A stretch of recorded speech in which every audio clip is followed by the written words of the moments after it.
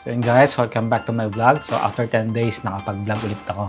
Medyo matumal akong nag-upload ng video dahil dumaan nga yung mga duty ko na panggabi.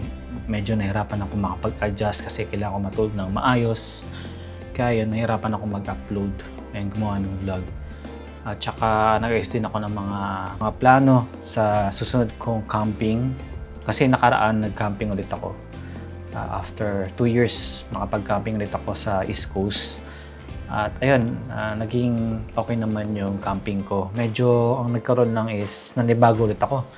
Nagkamali ako ng mga dinalang gamit, tsaka yung pagpapak ko ng mga gamit ko sa loob ng bag, medyo nagkamali ako dahil hindi balance yung weight.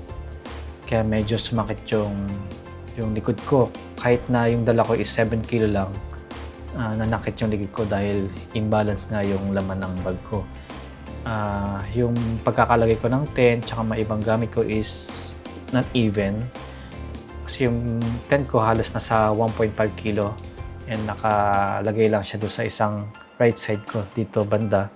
Dapat pala ang paglalagay nun is like parallel lang sa bag para yung weight niya is balanced. No? Yun lang ang pagkakamali ko. Tsaka may ibang gamit akong nadala na hindi ko naman ginamit. Doon ko lang na-release na hindi ko pala magamit. So next time, i-eliminate ko na may ibang gamit na hindi naman pala talaga kailangan. So ayun, i-upload ko din yung video na yun, yung camping vlog ko sa kabilang channel ko. Yung more on vlogging, more on camping kasi yung original vlog ko. Itong YouTube account ko is pinakabago. It's all about lang naman, talking head at iba pang vlog na gagawin ko is dito ko na i-upload.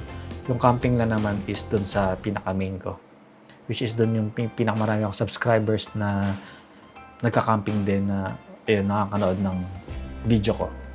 So ngayon, ngayong araw na to, umabsent ako sa trabaho kasi ilang araw na din kasing masakit masama yung pakiramdam ko. Nagkaroon ako ng flu, nagkaroon ako ng sipon, pananakit ng ulo. Siguro uso ngayon yung flu talaga. Kasi mga nakarang araw, halos 3 tao dito sa bahay nagkaroon ng sakit. Dumaan din kasi yung birthday celebration ng anak ng housemate ko. Kaya ayun, medyo nahawaan tayo na humina yung immune system ko dahil siguro galing ako sa night duty. Ayun, mataas yung possibility na magkaroon ako sakit. So ayun, nagkaroon nga ako ng sakit. Medyo tiniis ko lang ng ilang araw na pumasok.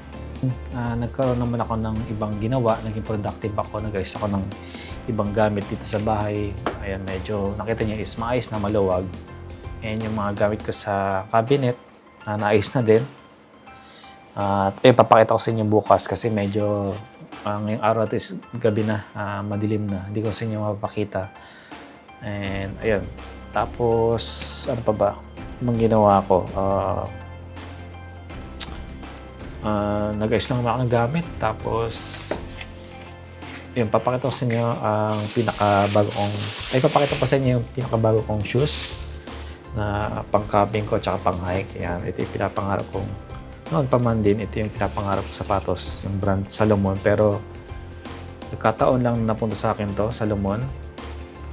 Yan, Salomon XT Pathway 2. Actually may nagpapabili kasi sa asawa ko ng sapatos pero hindi na umabot. So ito, sale kong nabili. Ang original price nito is ito lang, ay nasa 16,000 pesos halos, pero nakuha ko lang ng mga 8,000. Sale siya. Yan, ang ganda ng pagkakaano niya. Sapatos niya, iba yung selas niya, no? Makapit talaga eh. Pero nung nag-hike ko to, ang ganda sa paa. Tapos makapit siya sa lupa. Mas madali siyang sintas, madali din siyang tanggalin kasi hinahatak lang naman to eh. Ginaganyan lang.